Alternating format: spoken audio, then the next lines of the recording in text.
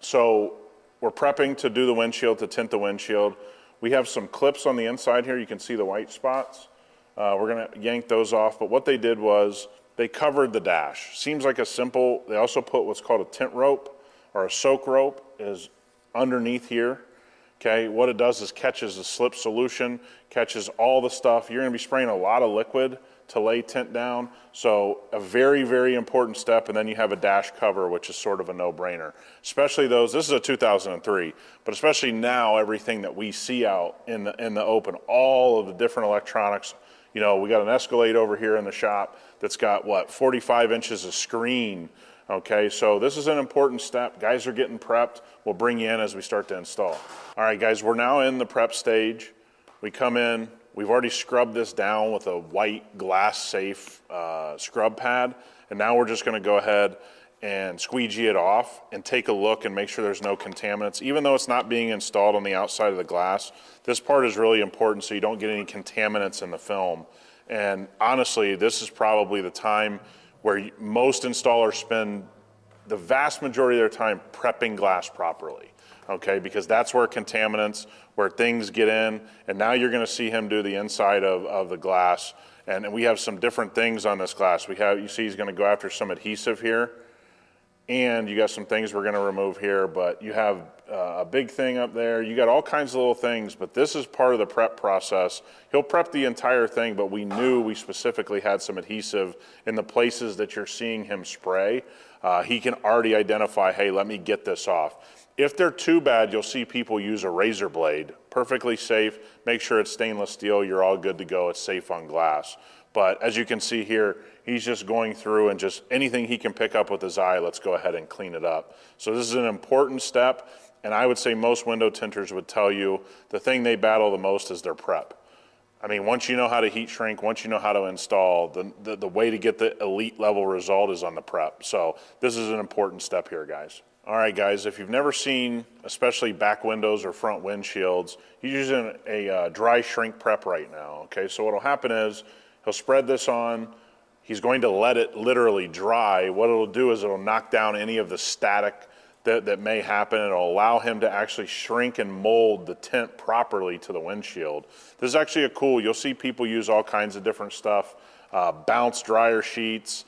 You'll see, you know, some people will take Irish Spring and rub it on their hand. I mean, there's a different, but this is way neater and simpler, just a dry shrink prep. And what'll happen is he'll let this go ahead completely dry, and it'll allow him to shrink the tint and mold it to the front windshield, which is exactly what you need, and we'll bring you in on that as well. All right, guys, we have selected 70% for the front windshield. What that means, very light. Okay, we're going to basically just go for the protection. You guys can probably see a little tint or hue on camera, but honestly, this is a pretty clear film. We're going for maximum heat rejection here. You'll see when they go to install, they'll do the traditional, some call it the H pattern, whatever. It's just the way that they mount this down. You can obviously see these guys, expert knife skills. This is one of the things to keep in mind with window tint for the consumer that's never seen it.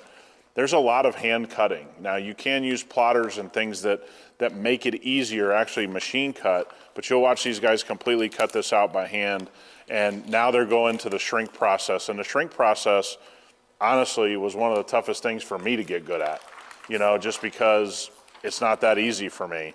I got a lot better at shrinking film when I did windshield protection film, which is very difficult to install. The old windshield protection film was very difficult, but as you can see, they're cutting it to size. Basically, if you see the black on your windows, the dot matrix as we call it down here, that's where you want the windshield film, or the windshield tint, excuse me, to basically be behind there so it's invisible to you as the owner. And so these guys will take you along as these guys start to form this and walk you through all of that. But right now they're just cutting it roughly to size. This will not, I'm guessing, not be the final cut, and we'll go into a final cut after we get it shrunk out. So as you can see, he's organizing fingers. So these things here, let's go over here, Zay.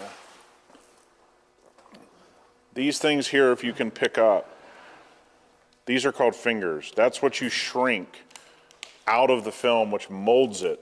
Okay, it reduces the size, molds it to the windshield itself, to the glass itself, and you'll have these throughout. And that will keep you along and watch this process a little bit. But it's absolutely, positively the #1 thing that people struggle with. And this after cleaning, this is probably the most important to getting the perfect install. So you'll see they're going to use high heat guns, and they're going to start what's called shrinking the film, okay? When you shrink the film, you'll start to see some ripples in the film.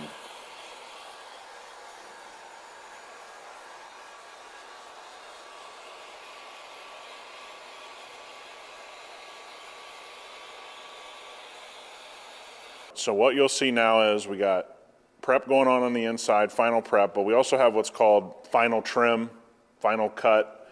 What you're going to see is we're going to try to leave about 1/8 of an inch, 1/4 of an inch into the black area. If you come too deep into the black area on the side, whatever, you can start to actually create more of an issue with how your film fits on a windshield or on a side window or whatever. So you'll see a really precise cut now. And so this would be your final trim all the way around. While you have final prep kind of going on the interior, you'll see the famous orange crush, which is, I don't know, basically been in tint since I've been around, it seems like, and using it to squeegee off, see if you see any more contaminants, but you'll see him start again from the middle, and now he's gonna go do and start a final cut on the top. So this is kind of one of those make or break moments, because if you cut it too short, you're gonna obviously see it. If you cut it too long, you're going to create problems when you try to fit the film on the inside of the glass. And so this is just one of those things we thought we'd bring you in on, but this is where technician is very important. You know, there's parts of every process when you're working on a car that are the moments when it's make or break. The final trim on a windshield is definitely a make or break situation. You're pretty getting to the final stages right before installation here. You've heat shrunk everything, you've done your final cut. Now what you're gonna do is separate the liner, which makes it easy to install. So what you're seeing them pull there is the liner of the film. This is the adhesive of the film that's going to stick to your windshield. Again, there's many of you that know about this stuff, but for those that don't know, that is one of the spots.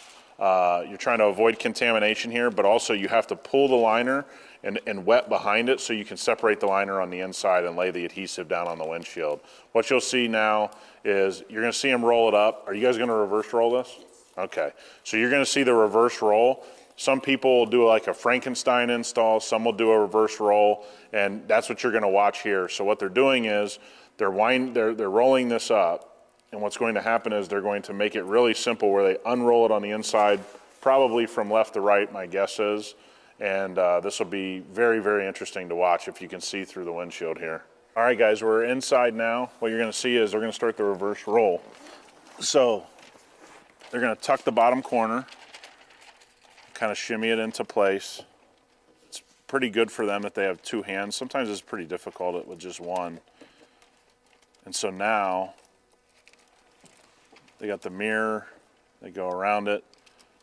You boys had a little issue with that mirror, huh? A little bit. Okay, so there they go. Liner's being pulled. As you guys saw, that's why they did the reverse roll. They're gonna set it into place. Like I said, this is a time where they're gonna take their time. They're not touching anything. They don't wanna touch the upper felt or upper part of your headliner. Now they're gonna check and see, is this into place? What you're really looking for here during the install is there any light showing through? Okay, so you want to make sure the film is kind of shimmied into place. That's why you have so much liquid under here. When we were talking earlier, if we have that part in the video, there is a ton of liquid. So when you get film, one of the most important things you can do is let it really, really, you know, dry out over, I tell my customers 2 weeks. And even though we're in high heat Vegas or here in Phoenix, I still think 2 weeks is what you should do.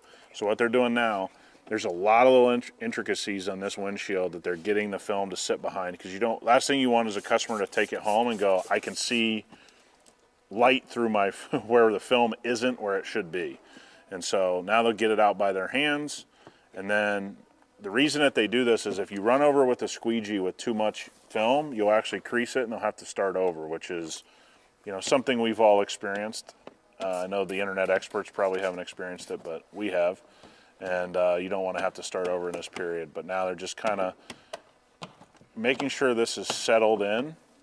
Okay, you see him go through with his hand. Okay, there's a lot of film. Let me go ahead and brush it out with my hand. Perfect. Now this isn't the final squeegee. This is just kind of to set it into place. The film that you're seeing, remember, is on the outside. That you know, cloudy look, that's the outside. That's not the film itself. That's just from the installation on the exterior. And this is just, you know, picture perfect. Don't worry about those. If you guys have never watched Tint, don't worry about those squeegee noises. That's how it's supposed to sound. I know we kind of take for granted sometimes, if you've been around this, what it can sound like installing film. And people were like, oh, you're going to scratch my window. None of this can scratch. And you'll see he's going to take a tool, a reach tool, and he's going to get down. There's a very, very large hump right here in the windshield. Believe it or not, this is a night vision. So right here where you see him working his tool, if you can pick up my hand, is to reach in between that and the dash where that's a tight point. And so this to me has been a very, very smooth install. As everybody who's in here right now will tell you, there's times you don't have such a smooth install. I've been guilty of many in my career. So now it's looking around. They're going to go into final squeegee mode here, I'm guessing. So you're going to see he's got a tight area here. He's trying to get the liquid out. He's going to use a reach tool to get it to lay down in there.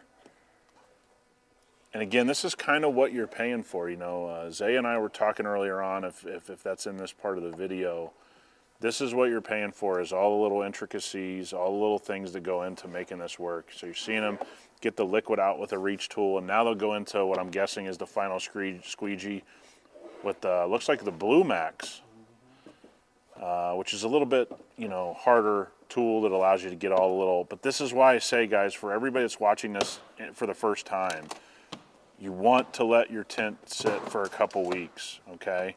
Because look at all the liquid that he's pushing out. You can only get so much out. Nobody's gonna get 100% of it out. So you wanna make sure you leave time. And so now they'll do an outside. So now you saw all that clear up. Okay, so now they're gonna do a final look around. And what'll happen here is that you're just gonna see, okay, where's any liquid falling out? Like you said, the speed of install is important too, because if you look from top to bottom, if you don't have that squeegeed out properly, what'll happen is it'll start to suck in some contaminants from the headliner. So here's what everybody's doing now. You come together as a team, two guys sitting in here, we're out here filming, and you start to point things out, right? You go, okay, well, I see something here, well, I see something here, right? And the reason you do that is, Zaya just kind of talked about it. You're trying to get this down as fast as possible. One thing people don't think about is you can have stuff flush into your film after installation if it's not completely down. I mean, silly things like that that you have to learn. And again, this is, so I would look and go, okay, guys, what do you have? Okay, that's on the outside. That's a little chip mark, right? But this is what people will do in a good installation is they'll start to point some things and go, let's make sure that's not an actual contaminant. We talked about it in educating on film about what is good levels of contaminants. Look, on something like this, you're talking about a 2003 number one, so you have a lot of different variables, right? There's a lot of dirt and stuff and grime that's all over, so it's your prep. But here's the thing, you may see somewhere around 4 to 5 little contaminants in a film like this, I would think. We're basically seeing none right now, but reality is, man, if you roll up and you pick up film and you go, I see 1 to 2 things, that's a pretty good install. I know, again, we have a lot of internet warriors out there that act like they install everything perfectly. Great shops will actually tell you that. Hey, expect to see 1 or 2 things. The rule of thumb I'm gonna keep repeating, wait 2 weeks, okay? Because you really don't know all the time what's a contaminant, because sometimes it just looks distorted in your eye because there's just so much water behind the film, even though they did the best job they could to go ahead and get this out. So now you'll see they're gonna do some detail work in and around this rear view mirror here. And so this is one of the spots that you would point out if you're looking at it, as he was just touching. So you would say, is this all laying the way that it should? That would be a point that you would look at as an installer if you were going through a QC process. But as you guys see, we kind of brought you in on a windshield. You got to see every little part of an install. The best part of it is that you kind of see that it's not that easy, right? That's one of the things that we like to educate our customers in Las Vegas. I know Zaya does here in Phoenix, is that, guys, this is highly technical work. So when people look around and they go, I want to save $300 or $400 on tint, you're going to usually do it in two places: cost and cheaper, worse tint, and secondly, on the labor. And the labor is highly technical. These guys have been installing for a long time. At the end of the day, you want to pay for that. And I'm happy we're here on my daily, because I got to tell you, I couldn't get back to Vegas with the fishbowl. So I had to get Zaya to get me out of this. And so I'm glad we're a part of it. So now that, look, that they're doing some QC stuff here. They're going to use a tool here to reach down in these tough spaces and get this liquid out. So this would be one of those spaces, if a customer came and picked it up, you would actually tell them, hey, this was a trouble spot. Okay, it's hard to reach there. Let the moisture dry out over a couple weeks. I promise it's going to be fine.